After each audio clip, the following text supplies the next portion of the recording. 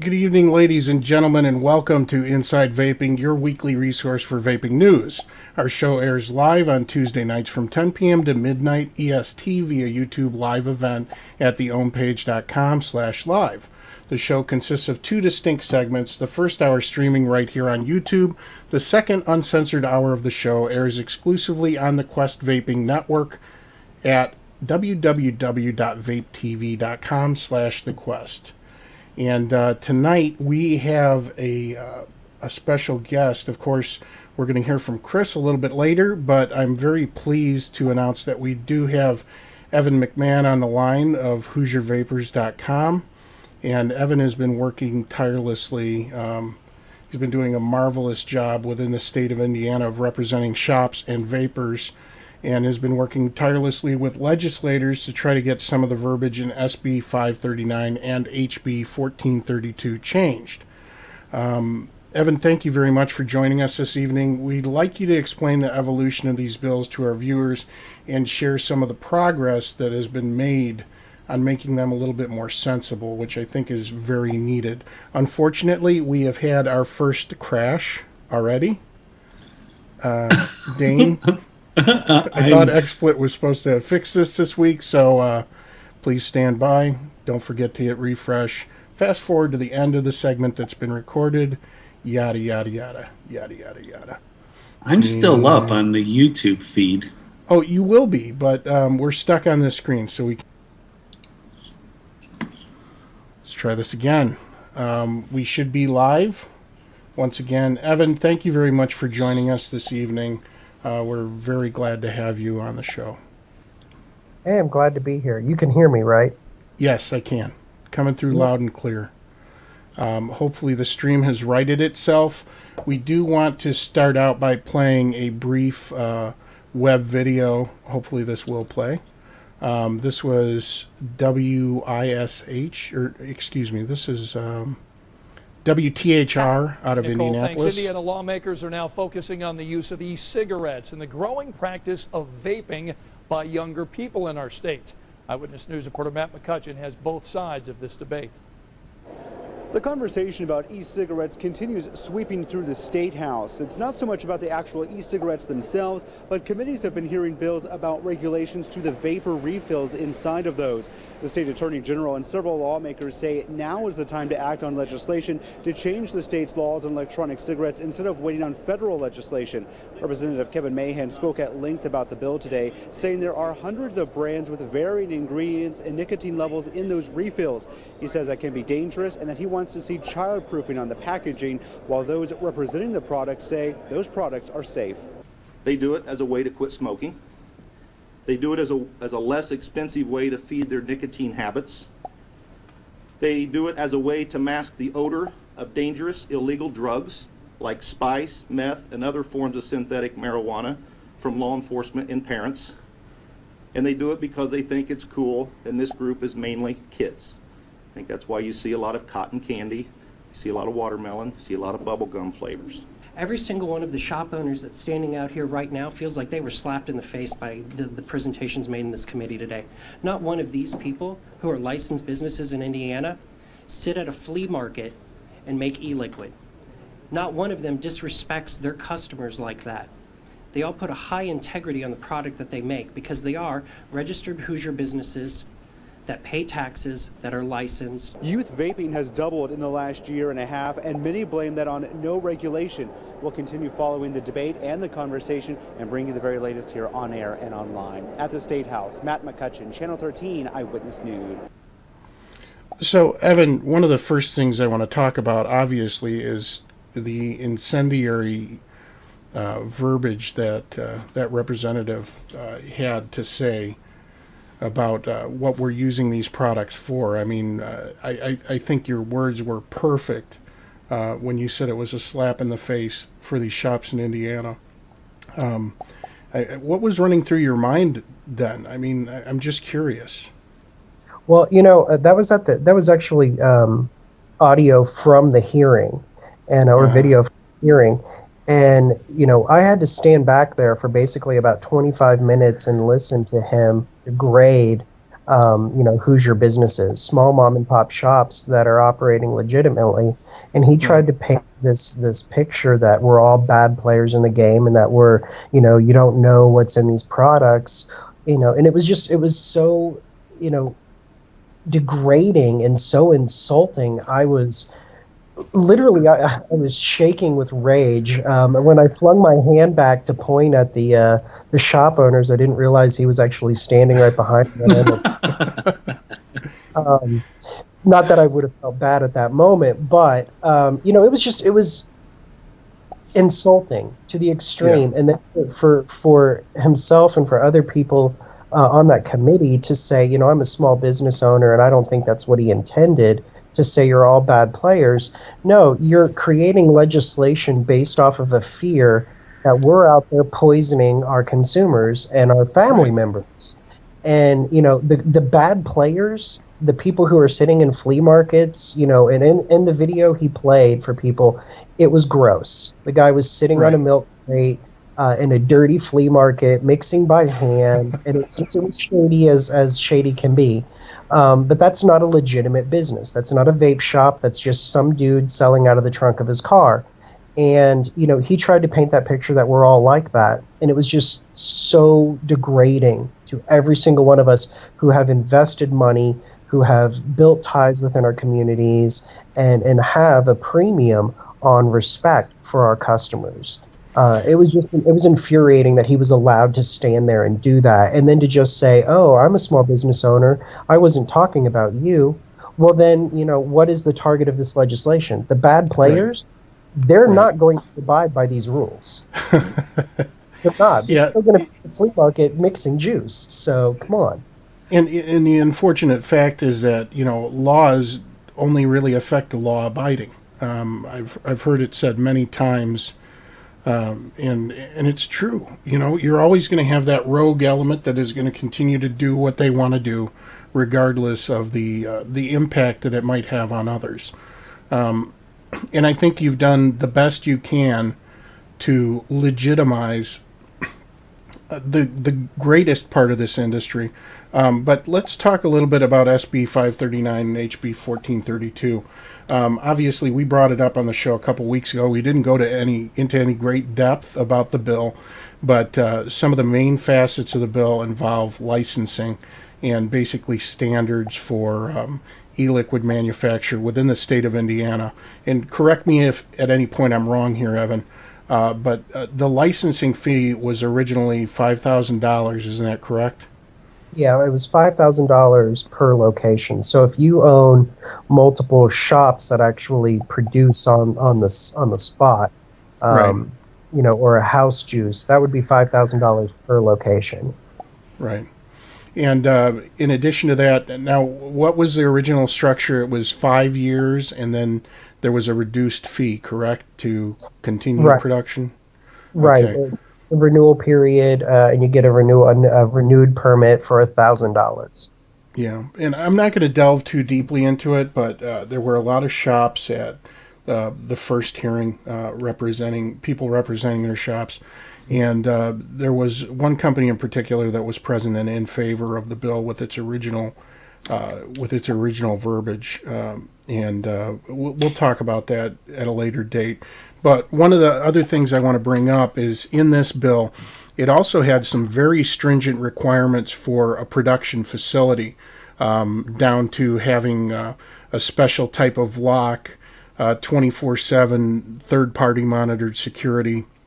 And it also required out-of-state e-liquid manufacturers to actually obtain a license in order to be able to sell their product into the state of Indiana. Is that all correct as well? It's actually more than that. The security requirements, we actually coined the term casino-style security in pharmaceutical-grade facilities. And what we actually found out later was the guy and Rep. McMahon in that House hearing actually said, we went to a security specialist. He's the former gaming commissioner for the state of Indiana, who now owns one of the largest security companies in the Midwest, we went to him and said, where could this be met with? Where in the process could this product be tampered with? And he said it would be on the manufacturing side. So he said and created all of these security protocols. And so we actually were legitimate in calling it casino-style security. It was, you had to have every angle covered by video cameras that were actually being monitored by people who you had to pay to sit and watch, but they couldn't be on your role. You had to, the security requirements were absolutely ridiculous. And then you get into the pharmaceutical grade facilities that, before, years ago, I actually used to make my own barbecue sauce, and I rented a space in a church because they had a commercial kitchen certified by the health department. I made barbecue sauce out of there. But for some reason, something like that, where people are actually consuming on a large scale, that's okay. But for this, I need a pharmaceutical grade facility that's going to cost $50,000 to $75,000 on the low end. So, we were able to bring those concerns up, and, we had some support early on from some senators who said, it just doesn't seem legitimate. We're really interested in protecting consumers as a state function.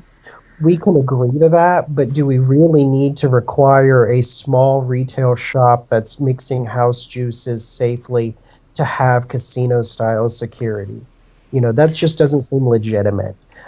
So we've gone through a few generations of the bill. We're still not happy with where it's at right now, but we've made some progress. We've lowered the threshold on security to basically an ADT system. And locks with non-duplicating keys, a key that says do not duplicate on it. As far as the facility itself, we've come down to what's called a cleanable standard or a food grade standard, which basically means you got to keep the place clean, you got to show that you can sanitize your products, your glassware, and you have to use non-porous countertops.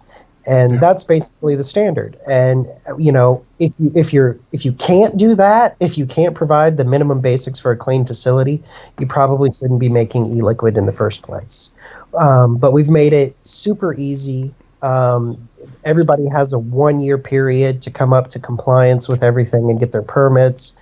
But like I said, there's still a lot of issues we have with the bill. Just some unknowns, things that are going to still be very costly to especially the small shops. We've been working on those, and we hope that the senators and the representatives take our concerns and our willingness to actually meet them at the table as a good that the industry is actually, we are professional and we do care about what we're doing. This isn't a fly-by-night operation. We want to be... So far, they've been pretty receptive to you, haven't they? Even in regards to the licensing fee, wasn't that reduced from $5,000 to $1,000 now? Yeah, it's $1,000 now with a $500 renewal. It's still a 5-year license. There've been a lot of minor changes. Some of the bigger things haven't been touched yet. The last things in the bill that we had issues with. And I could go in depth with those if you want. Hold on just a second. Dane, you're drowning out our guest when you type. Oh, sorry. Which is okay normally, but because normally it's me. Proceed, Evan. Go ahead. One of the big issues that we had, and you actually mentioned it earlier, was out-of-state manufacturers.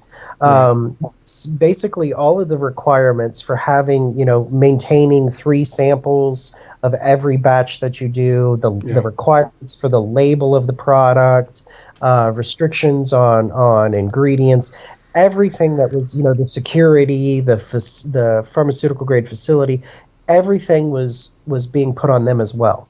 And they were going to have to verify to the state of Indiana that they met all of these requirements. Otherwise, the products would not be available in Indiana. It would actually be a crime to even possess them within Indiana. So we've been working with the senator on that, and basically the way we've kind of worded it to him now is, look, man, we went to the drawing board. We came up with 19 different versions of how, you can lift these restrictions, but still have like a registration program. And quite honestly, we've spent days and days trying to draft this for you so that you don't get sued by these out-of-state manufacturers. And quite frankly, it's your problem, not mine. You're the one who's going to be sued, not me. We just want to make sure that manufacturers, Cutwood and all the big companies and the smaller shops, smaller manufacturers outside of Indiana are still going to be able to sell their product in Indiana. You need to figure out how to do that. I'm not a lawyer. I'm not a legislator. Right. Here's what we've given you. Here's how the industry works. Here's how it's done in other places. Come on, man, don't be an idiot. Yeah, and that's the thing I was thinking about is, of course, this would establish a precedent for the rest of the country. So while on the surface people are thinking, well, this affects Indiana and Indiana alone, if you want to sell e-liquid within all the states, eventually you could be faced with a very expensive proposition where you would have to be licensed in all states, which might not seem crippling to companies that are well established. I mean, it's still a substantial investment for somebody like Space Jam or Cutwood. But if you look at it and you're entering as a small business, crafting small batches of e-liquid, it really limits your opportunity to court vape shops and brick and mortars in multiple states because, of course, you're going to have prohibitively expensive licensing on the front end. Reducing the fee to $1,000 does somewhat defray that, but at the same time, that's still a considerable amount of cash if you have to spread it out across all the states. Right. So. Well, there's more to it than that. It's not just the fact that if every state enacted the same licensing requirements, that you would end up paying an additional, let's say it was $1,000 across the board, you'd have to pay another $49,000 to be able to do business in the rest of the country. But it's not just that. It's also the cost of compliance to make sure that you're meeting any new requirements, new regulations. That state can request that you send the invoices for all of the retailers and distributors that you've sent product to in that state. They could call you as a witness. They could subpoena other records. There's more of a cost than just that $1,000 application fee. But something interesting that I learned actually just the other day was that, I've been saying from the get-go that no other industry tells a manufacturer in another state that you have to become a licensed manufacturer in our state to be able to sell here, even though your company is across the country. Something I discovered is that's not actually true. There are industries that does happen in, and one of the way I found out about it was actually by talking to a tobacco producer, and it's not a big tobacco company, so don't send me hate mail. But they basically said, and I looked it up and verified this. If you are a tobacco manufacturer of any type, that's even just tobacco products, even down to papers, and you are a manufacturer in Virginia, and you want to sell your product in Tennessee, you have to apply for a manufacturer's permit in Tennessee as well. Wow. And what Tennessee does is they say, here's the permit, you're registering, you agree not to sell to anybody other than a distributor or a retailer, and you won't sell to minors, and we can ask you for your invoices to customers in our state. And you pay a $500 or $1,000 fee. And so I was kind of like, wow, I didn't realize that happened. And then looking, I found actually other industries where it happens as well, especially on things that are consumer-restricted products or age-restricted products. So it's one of those things that now that I'm looking at it, it's going to happen. We can make it as crappy as manageable as possible as it's coming, that we're prepared for it. But it is, if you're a manufacturer and you're looking at Indiana right now, if $1,000 seems like a lot. especially if you're a small manufacturer. And you have to weigh that, and you have to say, how much business am I currently doing or could I possibly be doing in Indiana? If it's more than, $200 a year, is that worth it? Because that's my cost just to be there is $200 a year, let alone my marketing, my sales team, everything else. So these Yeah. are serious things that the legislature has to consider. But at the same time, I'm an e-juice manufacturer. I own my own company, Liberation Vape. There's my plug, which my company was put on hold so that I could help fight this fight here in Indiana. So our production completely stopped when this all happened. Wow. You're making me want to buy some of your juice once it's available, just as a way of saying thank you. It's the best juice out there. I'm telling you, it's amazing. He's not biased at all, folks. But so I can't even remember what my point was now. But as a company, I have to look and see, what's the value for me there? How much am I going to sell in that state? Is there a cost benefit for me to be doing business in Indiana? How much am I going to sell? And as a small company, it may not be worth my while as a new company starting off in a new state. If Ohio was to pass a similar law, I don't think I would be able to fork over that $1,000 right now. I would stick in Indiana or another state. So unfortunately, all the Buckeyes, who have the worst college sports programs in the country, wouldn't be able to get my vape. And, potentially their football team would actually be better if they were able to use Liberation Vape. So it's a disservice to the Buckeyes, I think. Yeah. Well, the one thing, of course, you brought it up very succinctly there is, if this goes through and we see this start to go through in other states, it's going to eliminate some of the smaller, very unique juices that I've had the pleasure of trying at some of the local brick and mortars, Right. which I'm sad to see that happen. I see this as kind of a partial. It's restrictions combined with another source of revenue for the state, although I know that isn't their primary goal with this. And it's just, again, setting that precedent for the rest of the country. I never thought Indiana would be where it started. Let me tell you, Indiana is the perfect place to do this. And let me tell you why. From a political standpoint, Indiana is a diehard conservative state. We have the only high office in Indiana held by a Democrat is the superintendent of public instruction, and the legislature just passed a law to basically strip her of all her power and give it to the Republican-controlled legislature. Yeah. We have a supermajority of Republicans in both chambers of the House and Senate, a Republican governor, a Republican attorney general. The majority of the communities are Republican strongholds. This is a Republican, conservative, anti-tax, big government, supposedly state. If you pass a restrictive, anti-small business, massive regulatory, crony capitalist bill in Indiana, you can pass it with ease in any other state. That's true. So this is the perfect place to test something like that. And the funny thing is, they're not dumb. They know that we're sitting on our hands. Yeah. There are a few states that have active organizations. We have a couple of good national organizations out there that are working to help protect consumers and the industry as a whole. But for the most part, we're running around like chickens with our heads cut off if we even know that there is a problem.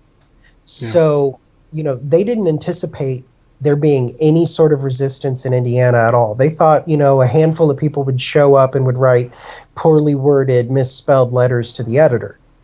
And what they ended up getting was professional speakers to come into the state Senate and testify on how it was going to impact small business, how it was going to hurt local economies, and how it was going to, damage the lives of Hoosiers.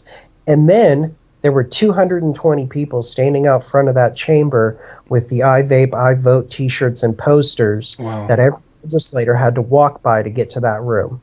We've continued to be a thorn in their sides, being there, every day in the legislature. There's a handful of us that are camped out in Indianapolis. We have a group of people, what I call the core group of idiots, who are, we're camped out in a hotel by the State House right now. They're from all corners of the state, and they're spending their time and money here so that we can be here at a moment's notice to go and meet with a senator or a representative so that we can try to walk them through these talking points. And that's what it takes in every state, is you have to have a good network of merchants and activists coming together to be a force. The first day we had a meeting with Senator Yoder, one of the first things he said was, "I didn't think this was going to be that big a deal." Yeah, it's got to be gratifying when you see vapors turn out in force, especially shops as well, a show of support like that. One of the questions that we had, and Dane, I know you had a question as well. I do. Evan, why did they split the bills? Is that a common practice for them to split something up like this? It happens sometimes here in Indiana, but typically what you see is, let me explain a little bit of the legislature. In the Senate, those senators tend to be there for a while. They have a longer, election cycle. They have larger districts, so they represent more people, and they tend to be a little bit more rational, a little bit more well thought out. In the House, that's every 2 years, you're up for re-election and you have a much smaller district.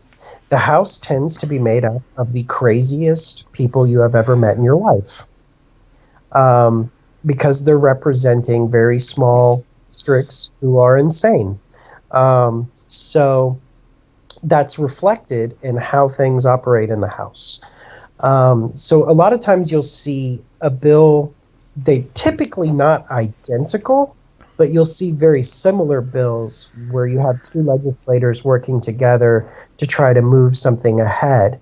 And then when one looks like it's getting more positive feedback than the other, or one has fewer hostile amendments being threatening, one of them ends up getting pulled.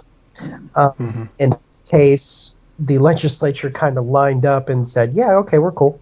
We dig them both. And so at every stage, the bills were identical to each other. Every amendment amended the other one. And it was actually quite terrifying to watch. And then seeing, the bills pass the way they did, it just reaffirmed the fact that we had to be there negotiating. Yeah. Because otherwise we would get stuck with that first draft. If we hadn't been there. That was the third revision, is that correct? Yeah. Yeah. Well, I mean, where do you go from here? Is everything set in stone? No, we actually just met again today, and we submitted our own version of amendments that were the same way you would see them presented to the legislature. We sat down and had written them out line by line to really, hit home. Here's the language. We submitted that to the senator. I met today with him. He seemed very agreeable. There is a hearing tomorrow in the Senate for the House version of the bill. We don't know when the amendments will appear, if they'll be there for that hearing tomorrow. Government moves slow. But we're hoping that we're still working together and that we're going to be able to remove some of these other differences that we have in the bills. Yeah. The thing that the rest of the legislature has seen is that we understand that we're going to be regulated. And we can't just throw our hands up and say, pshaw, we're not going to do this. We have to be willing to kind of negotiate, and we have to realize that there are going to be restrictions. It is going to be painful. There is going to be a cost associated with it. We just want to make it as bearable as possible and make sure that to make sure that no single segment of the industry is unduly harmed. We want to make sure that the small artisan shops are protected, the small juice makers, the large juice makers, the mod makers, the online stores. We want to make sure that every segment is individually represented and nobody feels the brunt of this regulation. And so they've looked at that and they've said, these people are reasonable and they're rational, and we need to work with them in good faith. So I feel confident that we're going to be able to continue to work together and get this resolved. But that being said, it is government and they're all a bunch of liars. So. Well, we actually have to bring our next guest on, but before we do, I want to thank you for coming on the program tonight. And I'm going to paste a couple links in chat here. We got Hoosier Vapers, and that's a great resource if you want more information on what's going on within the state of Indiana. They're a great organization. I really like Jay. He's just a really funny guy, too. Only one letter teller. Yeah. And the second link is to a new Facebook group, Indiana Vapers Advocacy. I'd recommend that you check them both out. Excellent resource if you want to stay abreast of a set of bills that could possibly be affecting the entire country at some point. So it's important to keep abreast of that information. Thank you very much for joining us, Evan. I know you're a busy guy, and best of luck with all your future endeavors. And I'll definitely have to check out Liberation Juice once they're back to producing. Excellent. I'll send you a bottle. I want to pay for it. That's my point. That's the whole point. Thanks for joining us, though, and have a great evening. You too, guys. Thanks. Thanks, All right. Evan. Take care. All right, so let's see if we can get Chris in here now, who I have been informed is Batman, apparently. I did not know that. Yes, apparently Chris He's is Batman? Yes. That's a cool Christian job. Bale of the vaping world? That's a cool job. That's what I hear. What's up, guys? What's up? What's up? I love the fact that we have a vigilante on the show. We need more of them. Let's see. Let's see if I can do this without screwing up, but I don't think I'm going to be able to. Nope.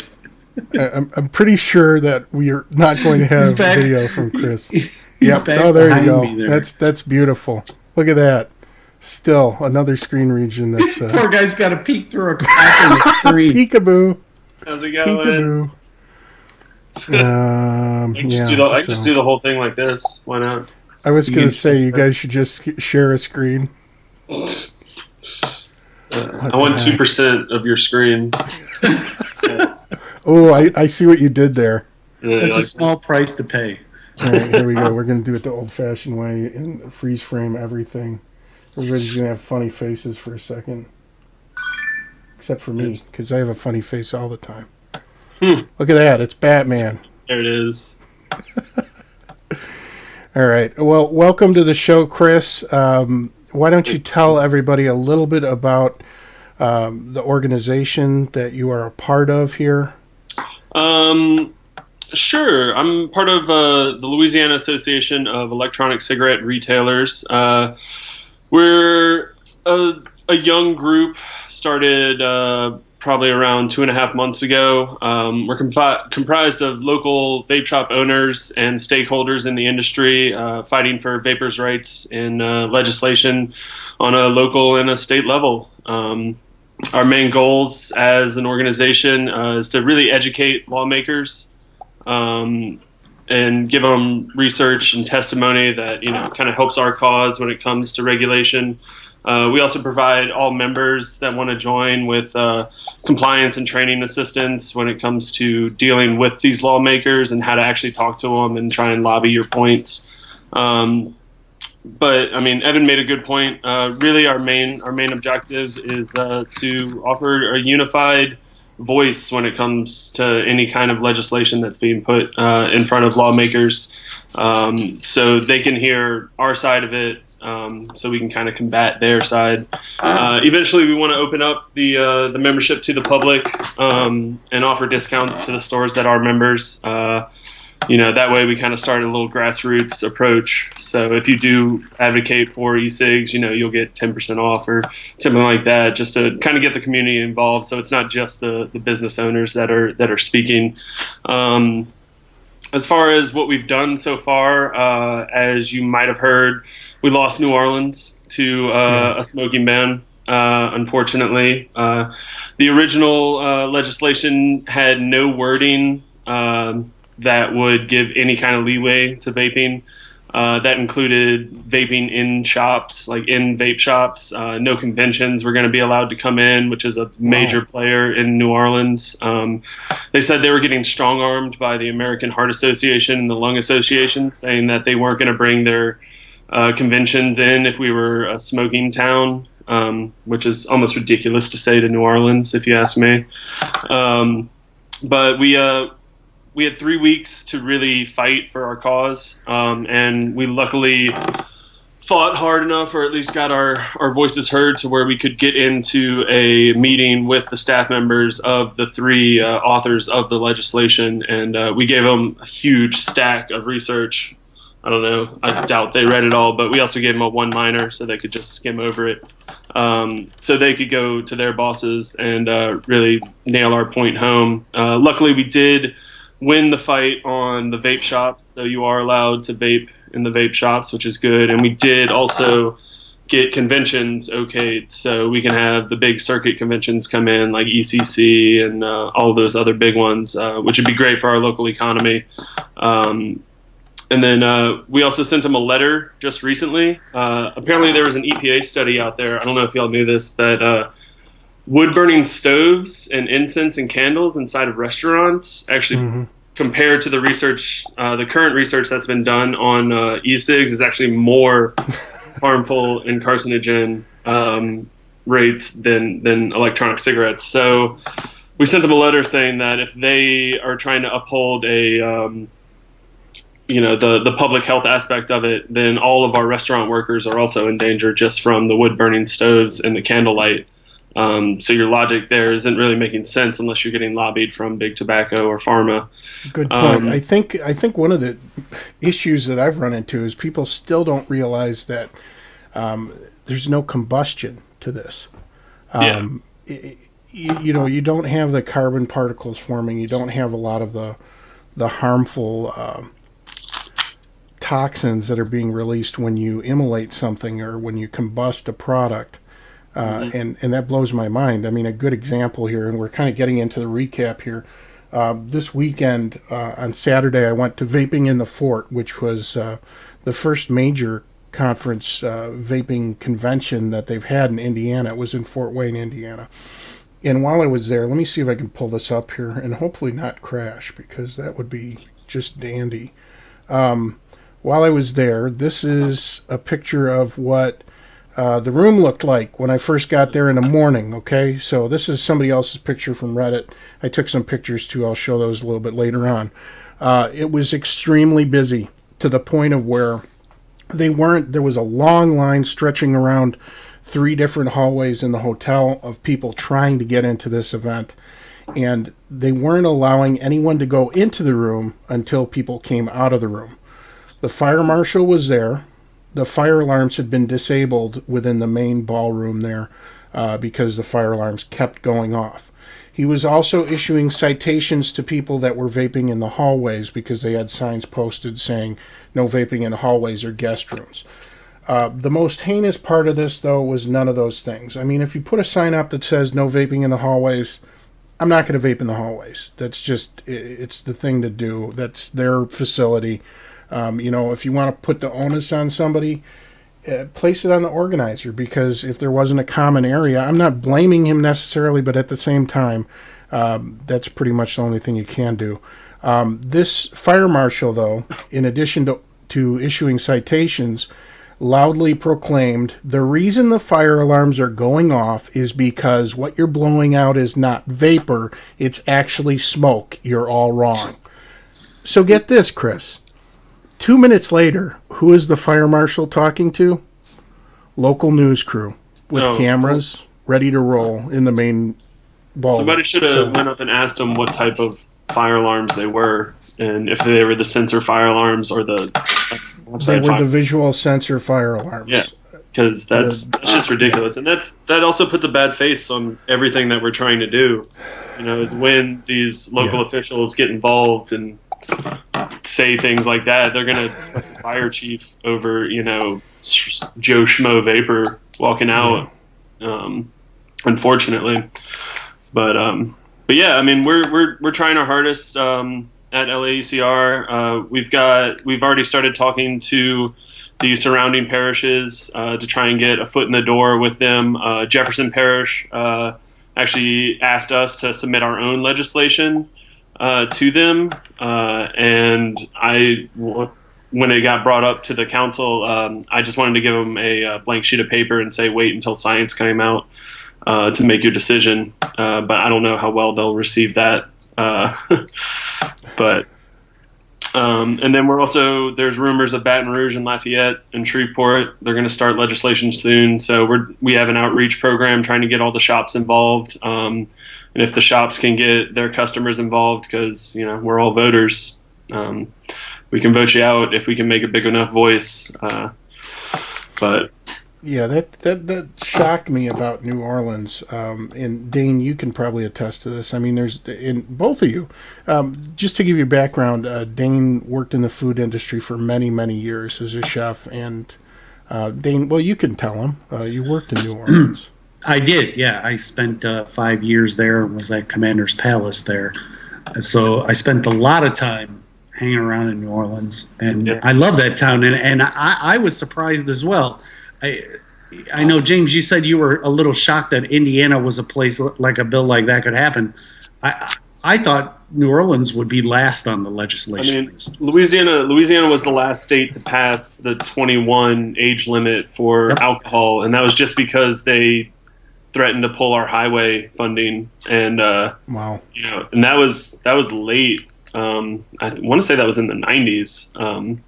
And now New Orleans, of all cities, like I could see all of the other cities around the state. I mean, we're the bluest city in the state, that's for sure. But yeah, if New Orleans can fall, anywhere can fall.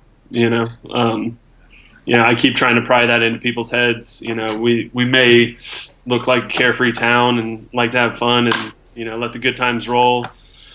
But apparently, I expect to hear just walking down the street in New Orleans. I expect people to be smoking those fancy French cigarette. What do they call the Gauloises? I butchered it, I'm sure, but and speaking French. Yeah. So the only thing you can do is, and people have criticized advocacy groups and trade organizations for being reactionary, but the reality is it's like trying to put out fires or play whack-a-mole. They're coming up so frequently that you're always in that mode where you're just trying to put out fires. And usually when it comes down to these smoking bans, is that they've been in the works by these lawmakers for at least a year, just trying to advocate their cause and get people's votes on board. So once it's introduced to whatever council or committee in the council, it's already been rewritten 4 times. That is very, very true, because here in Arizona, in the town that I lived in before I moved here in Tempe, we saw the initial correspondence on the bill, and it was dated 8 months before we even sat there. Exactly. Wow. So it was already well into the works and had been reiterated so many different ways. Mm-hmm. And then we finally heard of it. So the process, catching up to the process, is difficult. Yeah, definitely. And yeah, I mean, as I said, like we only had 3 weeks to really organize before it went public on the smoking ban, and for only having 3 weeks and actually getting into an office, getting being able to vape in vape shops and conventions is a pretty big win. I mean, I wish we could have gotten more people down or more people to come out, but now it's working on the future and trying to get amendments in there as research comes out, just staying in their pocket and staying in their ear, and keep telling them that they're wrong. This shouldn't be included. Yeah. But so if anybody wants more information, it is LAECR.org, correct? And they can go there for information about the organization, and you guys also have a blog that you're updating with news and calls to action, etc. And again, it's a fairly new organization, but much needed when you have things like this coming through. You have to mobilize and organize people and get it in gear. So just to continue on, too, we're going to keep you on here, Chris, and unfortunately we are running late. We're not going to get through all the news stories, but we're going to try to get through some of them. Just to finish up with the Vape in the Fort thing, one of the things I wanted to bring up, and again, I don't like to just, I try not to harp on the negatives, but there were some obvious issues that I saw here. One of the issues is that they had this great room where all of the vendors were set up, this ballroom, but they had no place for vapors to actually sit. Vapors are social creatures. No tables, no seats, except in the expo room itself. They had a room that was off to the side with some tables and chairs, but there were some hot plates in there, some catering equipment. So I don't even know if that was an authorized room for vapors to be sitting. It was really surprising. As far as capacity issues, I mean, these are all things that in the planning phase for a conference, you shouldn't oversell. You're charging for tickets. At a certain point, you should be turning people away at the door.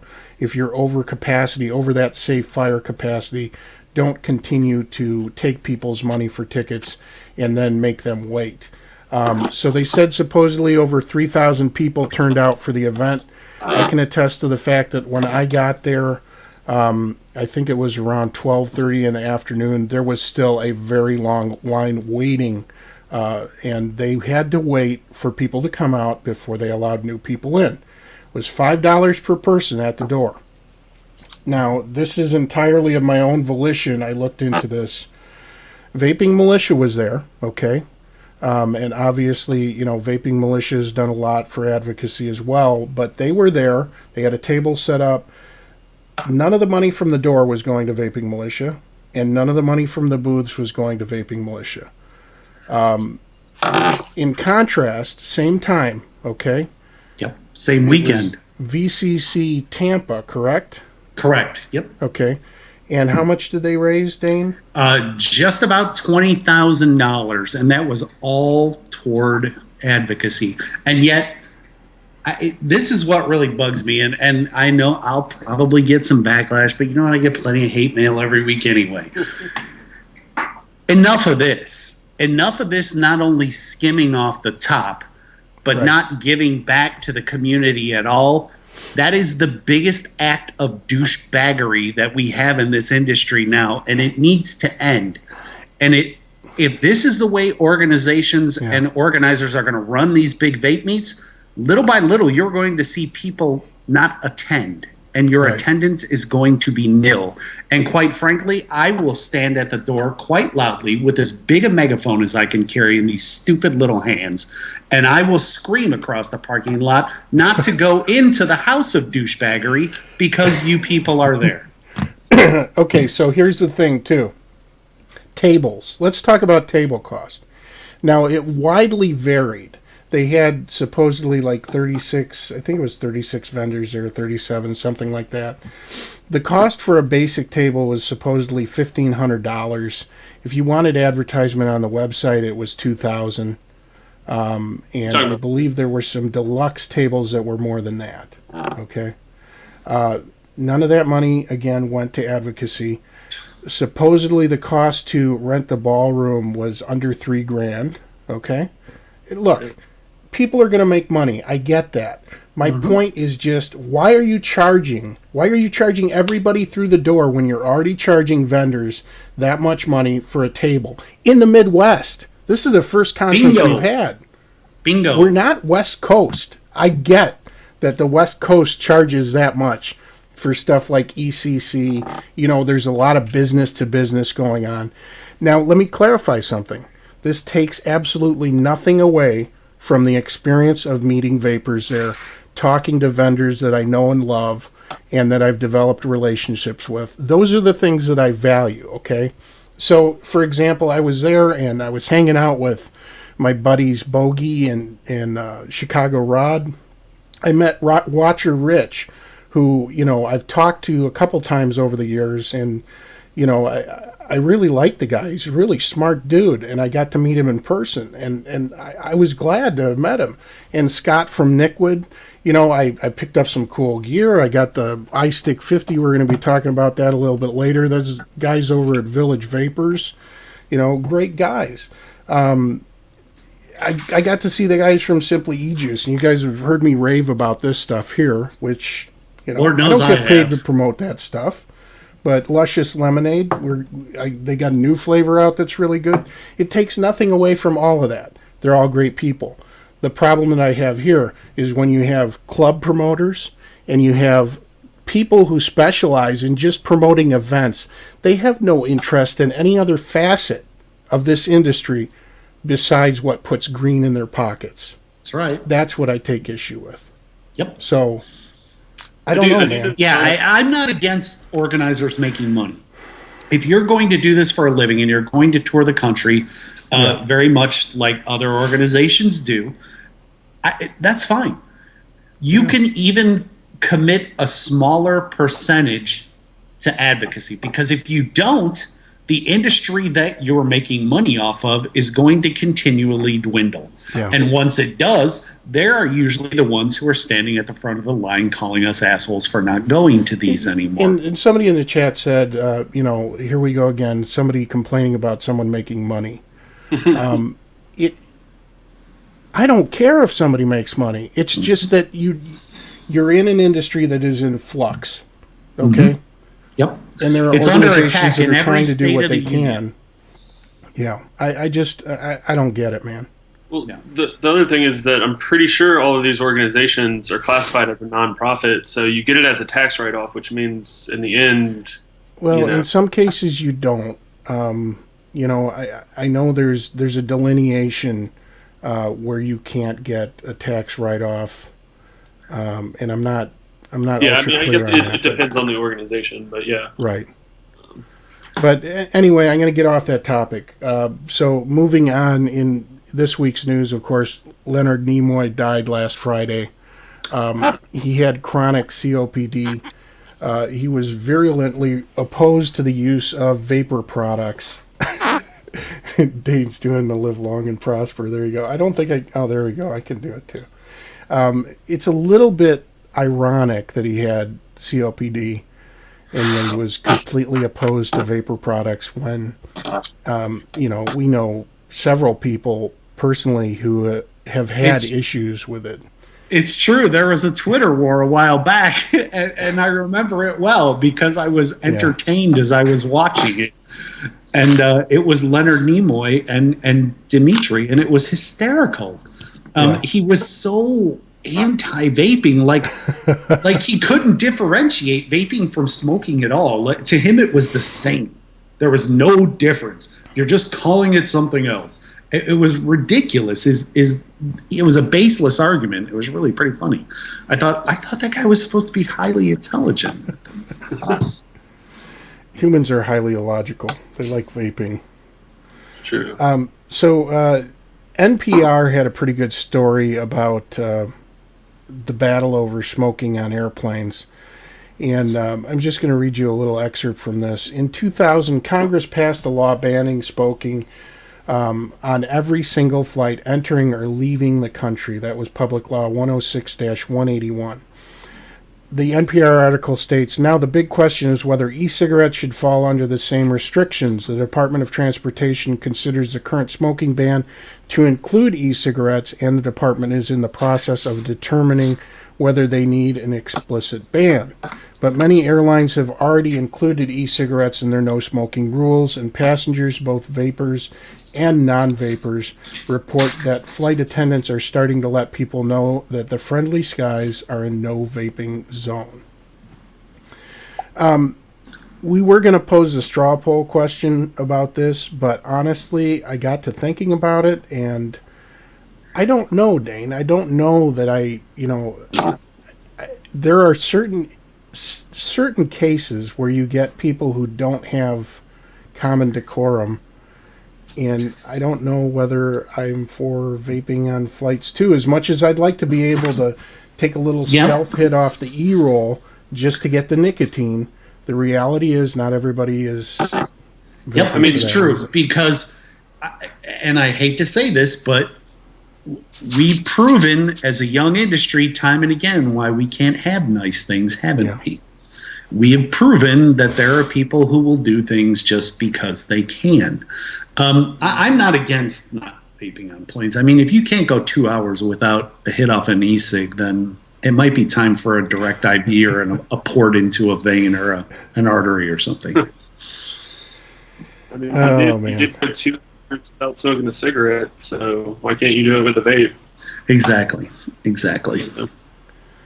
So, yeah, and there you go. If you're into it, you can always snooze if you're on a flight, too. We just talked about that last week. It's true. So, we've got a web slideshow here. Let me see if I can pull this up. And this is from tasteyourjuice.com.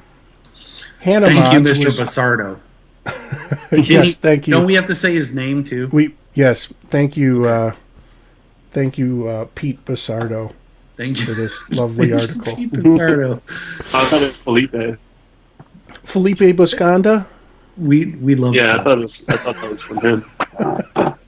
That's right. So this is a story from tasteyourjuice.com. I said it twice now. Thank you very much. And Hana Modz was awarded $300,000 for copyright infringement. So here you go. This is a result of a lawsuit that was filed a while back by Hana Modz against, I believe it was a couple shops that were carrying the clones that were complete with his logo. So Phil questions, does it set a new precedence? I think it possibly could. And I did not expect this to come out ruling in their favor. But if you read deeper into the judgment, one of the reasons was because, if it had a confusingly similar logo, okay? And in these cases, whenever you have a case where the judge feels that the consumer could be misled, they will always rule in favor of the person who submitted the copyright violation or the trademark violation. So, I got to say, I'm not in disagreement with this. There's a difference between a clone that does not have markings on it, where you can clearly differentiate between it and an original mod, and something that's an outright counterfeit. I'm not going to sit in judgment of people who choose to vape clones, but here you go. This is the first in what I'm sure will be a series of copyright infringement cases that we see. So, and that's pretty much all I'm covering on that. I don't know, Dane, do you have anything else? No, not really. I mean, it's precedent setting to me in the fact that the message that it sends is be litigious, just like the rest of society. Go ahead. We already are. Why stop with the vaping industry? The next story is respiratory harm reversal seen in asthmatic smokers on e-cigarettes. This one is very close to home for me. I am a lifelong asthmatic and have been for ever since I can remember. Family Practice News, which is a physician's, I believe it's a weekly blog, actually put out a study that they did on asthmatic smokers who adopted electronic cigarettes. Here are the vitals of this study. The key clinical point was asthmatic smokers who adopted physician advice to switch to e-cigs showed significant 1-year improvements in lung function. Methacholine provoked airway hyperresponsiveness and asthma-related quality of life. The major finding was that self-reported daily consumption of conventional cigarettes by asthmatic smokers who switched to e-cigarettes fell from a mean of 21.9 per day at baseline to 5.0 at 6 months and 3.9 at 12 months of follow-up, which is ridiculously low. The data source was this retrospective pilot study included 18 asthmatic smokers who switched to e-cigs. And the disclosures, which isn't much of a disclosure, the study was supported by a university grant and the Italian League Against Smoking. I have never heard of that organization in my life. The presenter reported having no financial conflicts. I want one person from the Italian League Against Smoking to stand up and go, yeah, that's us. That's absolutely us. Hey, buongiorno. Yeah. I have to acknowledge that in chat now that Chris has officially turned into a potato during this portion of the broadcast. He looks like the guy from Minecraft. Yeah, so Dr. Russo's presentation sparked vigorous audience discussion, as it would be. Several physicians cited a Center for Disease Control and Prevention warning about the unknowns regarding e-cig safety, and one allergist, and he was probably mine, declared he didn't think physicians should ever encourage patients to smoke anything. It sounds like my allergist, it really does. But others defended the lesser of two evils approach by Dr. Russo and coworkers. Dr. Russo noted that the prevalence of smoking among asthma patients is similar to that of the general population, which is absolutely true because I did as well. She called smoking in asthma a dangerous liaison, which it is. Smoking accelerates asthma's patients' decline in lung function, worsens persistent airway obstruction, and increases insensitivity to corticosteroids. As an asthmatic myself, again, I can speak from experience on this. While there are some e-liquids that I react to, and some quite strongly, for the most part, my asthma symptoms have substantially diminished and even almost disappeared over time by switching from smoking to vaping. I will caution the medical community on this, though, as they need to temper their enthusiasm, as some of the ingredients in e-liquid are unknown commodities and irritants, and they're inhaled and not ingested as they were originally formulated to, and also cause some asthmatics like myself to react.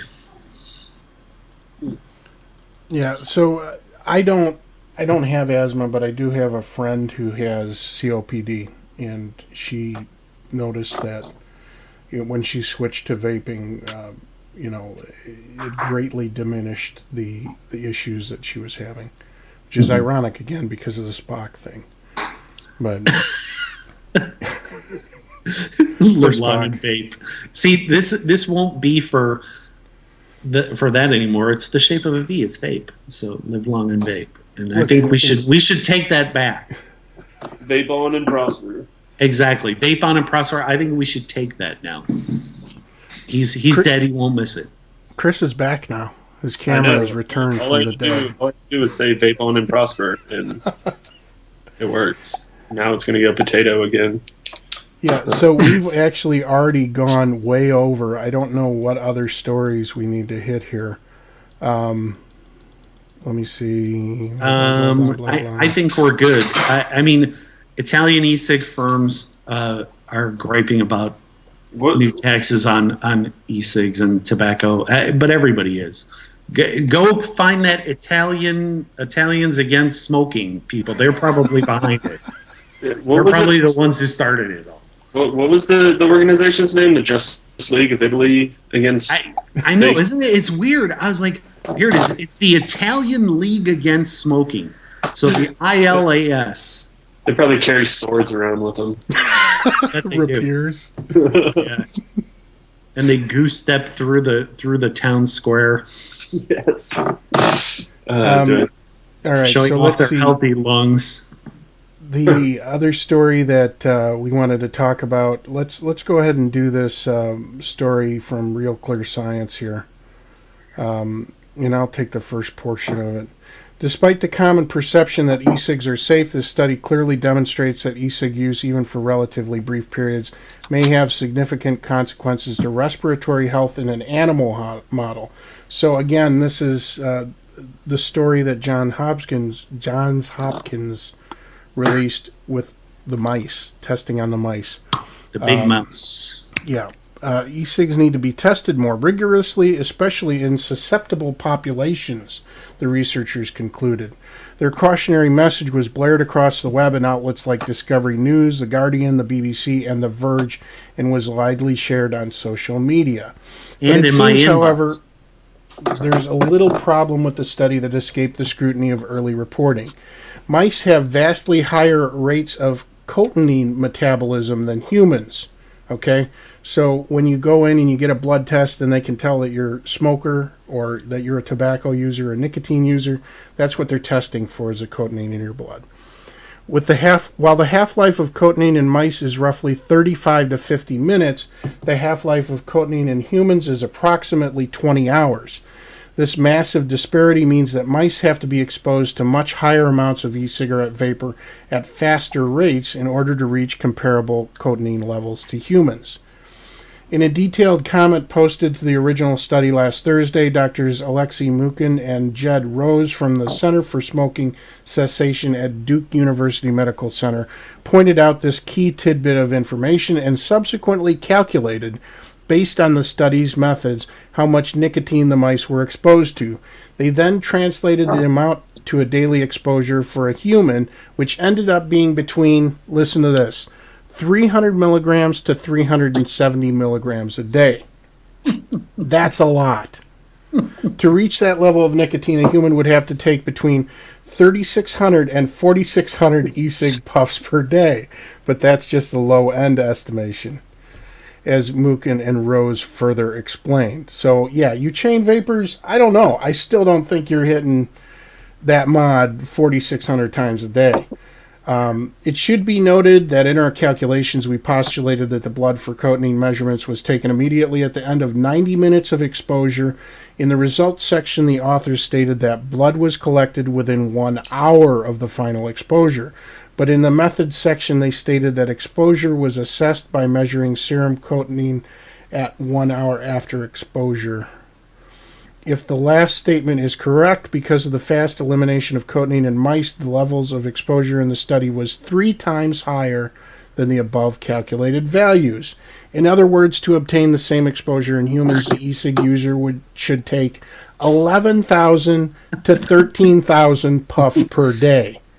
I don't know anybody, even Chicago Rod does not vape that much, and he's always got the mod in his hand. That's like a vaping oxygen mask. Yeah, I'm just going to carry a fog machine on me all day. Just connect it. Oh, man. Assuming 8 hours of sleep per day, in order to acquire such a high number of puffs, e-cig users would need to take 11 to 13 puffs per minute. I mean, that's... And thus practically take an e-cig puff with each breath. I mean, that's like the Hyde scare, you know? Like, they're just going to take the worst parts of the survey and not even look and see if it's possible.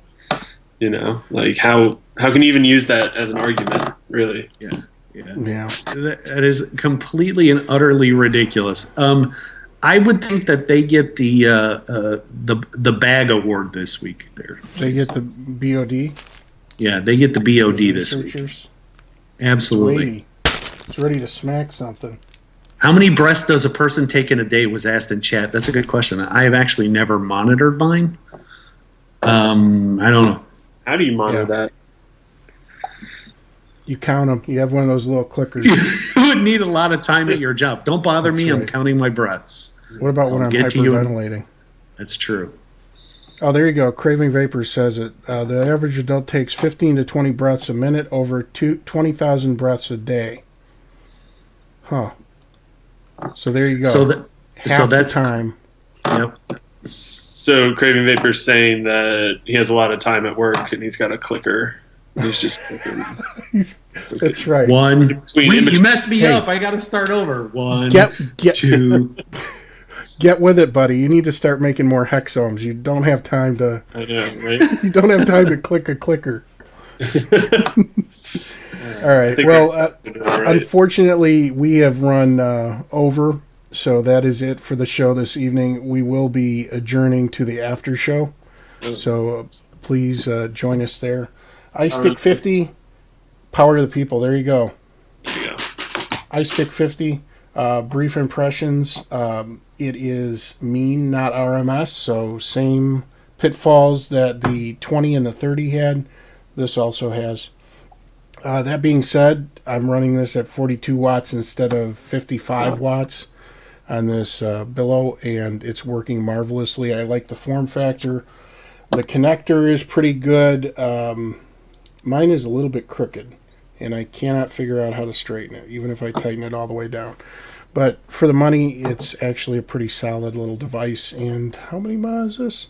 4,400 mAh. So I'm still going through the first charge. So updated impressions in coming weeks. But thank you everybody for joining us this evening, and please join us for the after show over on Vape TV/The Quest. We will see you all next week. Bye, guys. I want to pay for it. Sorry. Actually, I was trying to type in the chat. Okay, there we go. Let me type this into chat before we cut the feed.